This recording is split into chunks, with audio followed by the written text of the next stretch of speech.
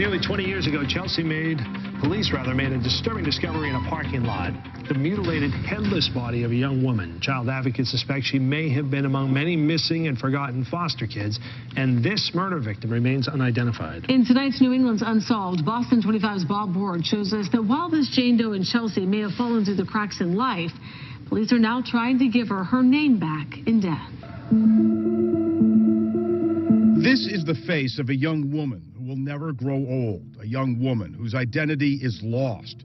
This is the Chelsea Jane Doe.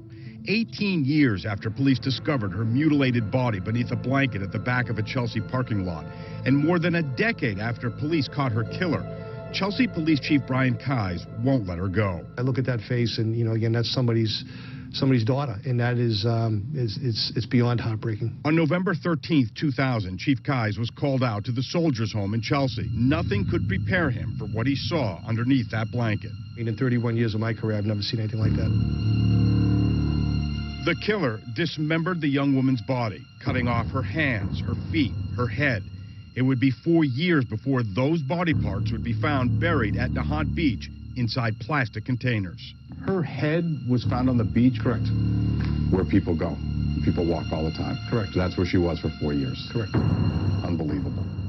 Police work led to this man, Eugene McCollum, who told investigators Jane Doe was a prostitute, that he picked her up in Boston's Theater District and brought her to his tiny room at the Lynn YMCA.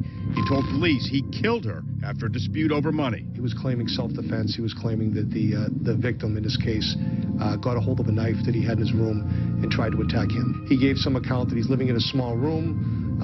He had to dispose of the body, so in his own wisdom, he decided the only way I could do that is to take the body out in pieces, if you will. McCollum is in prison for killing and beheading a Boston man and the Chelsea Jane Doe. But before he was locked up, McCollum gave detectives information that could help identify his victim. He said her name was Lisa and that she was from Philadelphia. Chief, are you surprised no one has stepped forward in all these years to say, I know who she is? Many years have gone by, but I know initially there was some outreach to the greater Philadelphia area, and, but again, that's what she said.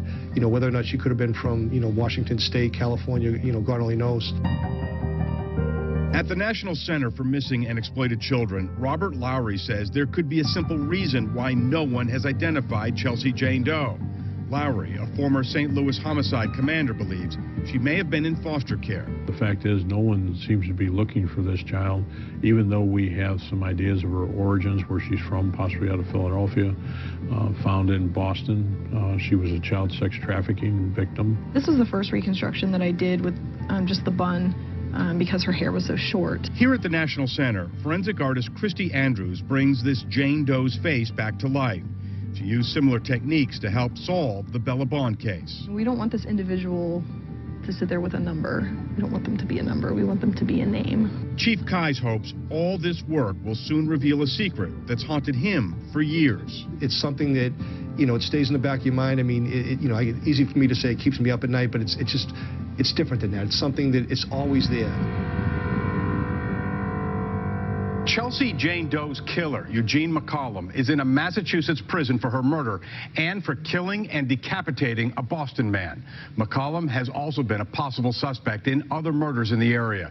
If you have any information about this Jane Doe, please call Massachusetts State Police at 978-745-8908. For New England's Unsolved, I'm Bob Ward, Boston 25 News.